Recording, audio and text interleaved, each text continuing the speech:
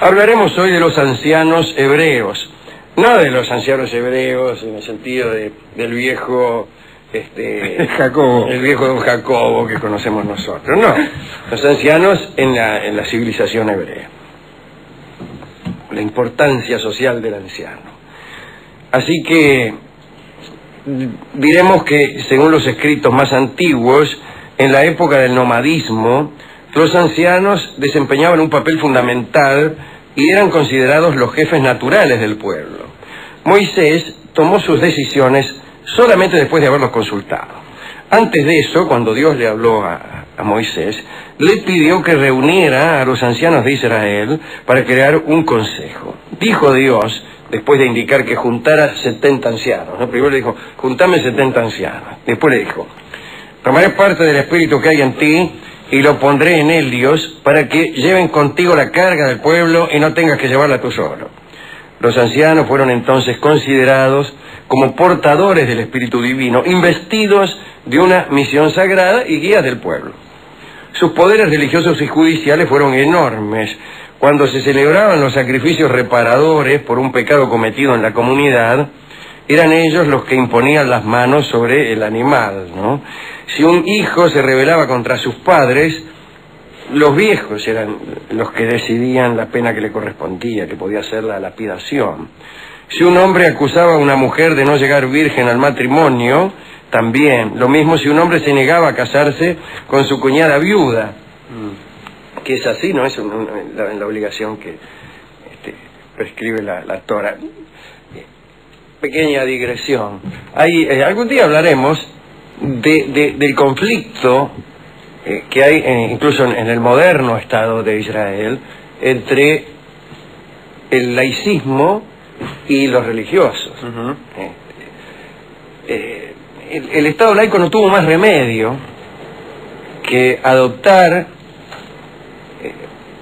algunos de los preceptos de la Torah para algunas cosas. Por ejemplo, para el matrimonio. El matrimonio es religioso.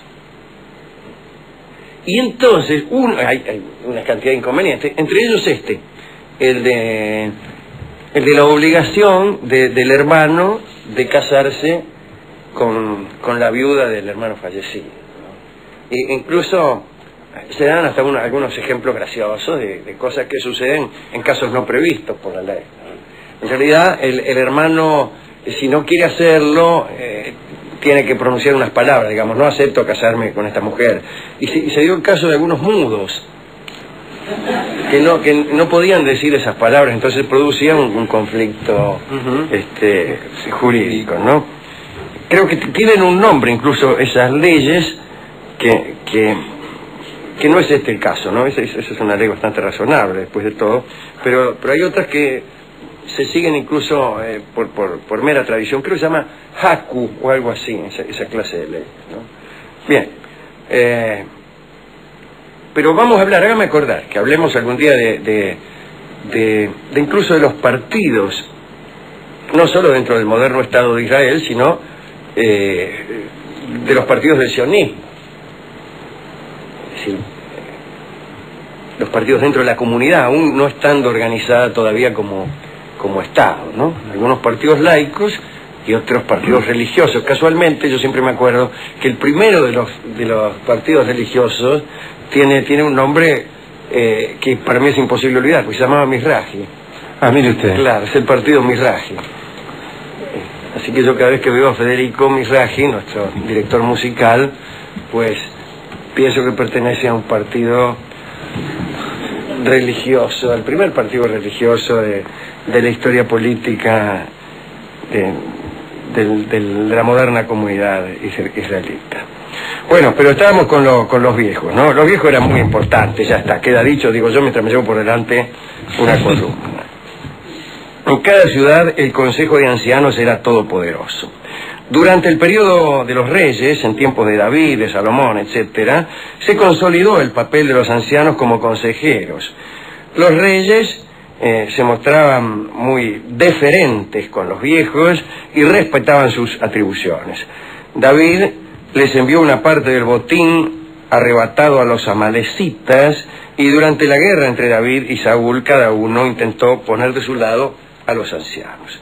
Esa armonía entre reyes y ancianos continuó durante el gobierno de Salomón, quien los consultó acerca de asuntos importantes, tales como el traslado del arca al templo. A partir del reinado de Roboam, después del año 935 a.C., aparecieron las primeras discrepancias. Por primera vez un rey no tuvo en cuenta la opinión de los ancianos y siguió el consejo de los jóvenes. Apareció la primera muestra de un conflicto generacional relatada en el libro de los Reyes. Parece que el pueblo había solicitado una disminución de los impuestos. Roboam pidió consejo a los ancianos que habían estado al servicio de su padre, Salomón. Los ancianos sugirieron que hiciera lo que el pueblo pedía, pero Roboam no estuvo de acuerdo. Pidió consejo a los jóvenes, que recomendaron un aumento, El rey siguió esa indicación y no le fue bien. Es que justamente el relato bíblico sugiere que lo correcto nace de la sensatez del diablo, iba a decir, ¿qué cosa? Del sabio, que es viejo. Era muy fácil esta confusión, ¿no? Casi inevitable. De todos modos, también es un relato con una moraleja bastante conservadora. Dice el cronista que el conflicto llegó a ser permanente en los estados monárquicos modernos, en los que siempre estuvo el rey presionado por sus cortesanos para que se librara de la fastidiosa tutela de los viejos del reino precedente. Los escritos más antiguos coinciden en destacar la nobleza, la sabiduría, el carácter venerable de los ancianos, cuanto más edad tuvieran, cuanto más viejo mejor. El patriarca fue el modelo, ¿no? Ya que la asombrosa longevidad de los patriarcas fue la muestra de la bendición divina. Se atribuye a los jefes míticos de antes del diluvio una edad extraordinaria. Aquí tenemos la lista, la edad a la que murieron, ¿no? Adán murió a los 930 años. Set, 912. Enoch, 905. Metushelá, o Matusalén, que fue el más viejo de todos, por eso se dice más viejo que Matusalén, 969. Lamec murió joven, a los 777 años. Qué pena. Mahalel a los 895, Kenan 910 y Noé a los 950. Y a partir de Noé, la longevidad va a reducirse lentamente, incluso de forma irregular, como resultado de la cólera divina. Sem, el hijo de Noé, vivió 600 años. Pero ahí lo tiene Abraham, que murió a los 175, Isaac 180, Jacob 147 y José 110. Todos de distintas generaciones. Sucesivas generaciones, por otra parte. Lo mismo que en los pueblos vecinos, una larga vida era señal de favor divino. Y aparece en la historia hebrea un curioso episodio respecto a este asunto. Como sabemos, José, el hijo de Jacob, llegó a ser virrey en Egipto, fue el que deslumbró al faraón con la interpretación de los sueños, ¿no? En una oportunidad José presentó al faraón a su padre Jacob, y la única pregunta que el faraón le hizo a Jacob fue sobre su edad, porque ese era el mejor modo de conocer el poder del Dios de un pueblo. Jacob confesó 130 años, 20 más que los que tenían los sabios egipcios, ¿no? El faraón quedó impresionado y tuvo un gran respeto por Yahvé, respeto que aumentó cuando Jacob dijo que en realidad sus años eran pocos, puesto que sus antepasados llegaban a vivir muchos años más. Pero Dios castigó a Jacob por esa queja, por estas palabras, ¿no? Y resolvió darle 32 menos de los que tenía pensado hacerlo vivir. Y Jacob vivió 17 más hasta los 147, pudo haber vivido hasta los 179 si no me falla la cuenta, si no hubiera abierto la boca ante el faraón. La ausencia de ancianos en una familia era signo de maldición. Los profetas, cuando querían señalar algún mal, decían: ya no habrá viejos en tu casa. Una gran 7. Una gran 7 se lo agregué yo. Además de la veneración religiosa, la verdad es que la ley mosaica acompañaba ese cuidado y garantizaba el respeto. Ponte de pie ante las canas y honra el rostro del anciano, se leía en la ley. Así que no solo los ancianos, sino también los canosos recibían respeto.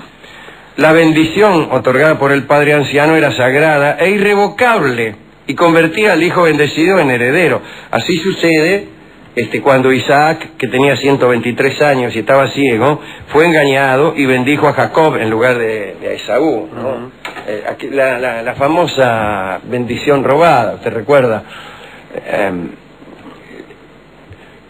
Isaac le dice a Esaú, eran dos hermanos gemelos, Esaú y Jacob, que incluso habían peleado por la primogenitura ya en el vientre materno, según se dice, ¿no? Luchaban para ver quién de los dos salía primero. Sí. Primero o último era. Después también hubo esa discusión. No, claro, porque en algunas leyes el primogénito es el que sale en segundo o en último lugar, porque se supone que una píldora puesta en una serie de píldoras puestas en un tubo salen en el siguiente orden. Primero la que fue colocada último. Bien. Pero según cuentan algunos, Jacob iba a salir y Esaú lo tomó del pie. Y por eso era un poco rengo Jacob. Lo tomó por debajo de las plantas del pie, subplanta, es decir, lo subplantó. Dice con mucha gracia Graves que tiene una filología poética impresionante, ¿no? Pues una mañana ya el viejo Isaac, ciego y viejo, dice, me voy a morir. Y le dice a Esaú, el colorado Esaú, sí, le dice, anda al campo, cazá no sé qué, que había dicho un venado, no sé qué, y haceme un guiso. Y si cuando me sirvas el guiso te voy a dar la bendición. Te voy a dar la bendición que diga hacer, te voy a nombrar mi heredero. Y la vieja, Rebeca, escuchó, y ella, el favorito de ella era, el preferido era Jacob. Y dice, anda, dice, yo voy a hacer un guiso, dice la vieja. Voy a andar a darle el guiso a tu padre, y si total está ciego, no se va a dar cuenta, te va a dar la bendición a vos y listo, sos el heredero. Entonces Jacob le dice, pero se va a dar cuenta cuando me ponga la mano encima porque el colorado, dice, es peludo. Esaú era peludo. Y yo soy lampiño, dijo Jacob. Bueno, hizo la vieja, y le pusieron, no sé, unas pieles de algo, no me acuerdo qué. Entonces el viejo, dice, ¿quién eres? Soy Esaú, le dice Jacob. Parece la voz de Jacob, dice. Y lo bendijo. Cuando llegó el otro con el guiso verdadero, que tarde piaste. Sí, por eso quiero decir que era irrevocable. La bendición era irrevocable. Ya se la había dado al otro, con engaño o sin engaño, el heredero fue Jacob.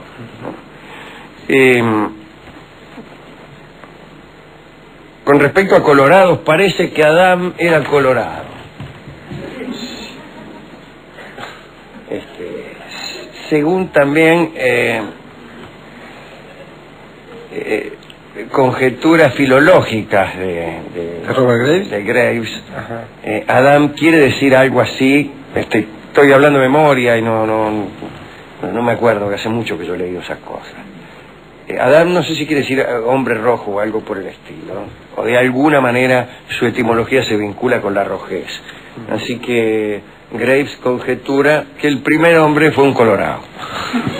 Una conjetura que hubiera hecho estremecer a nuestro amigo Chesterton. Sí, que odiaba a los pelirrojos. Que odiaba a los pelirrojos, ciertamente. Bueno,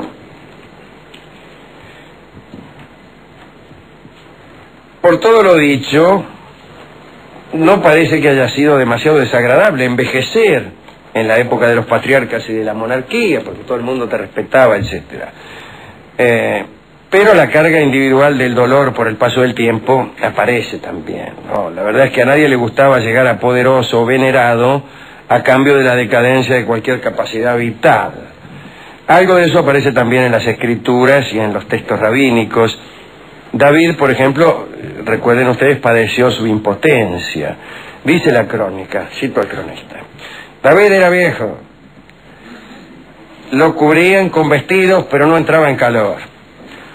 Sus servidores consiguieron una joven virgen para que durmiera con él.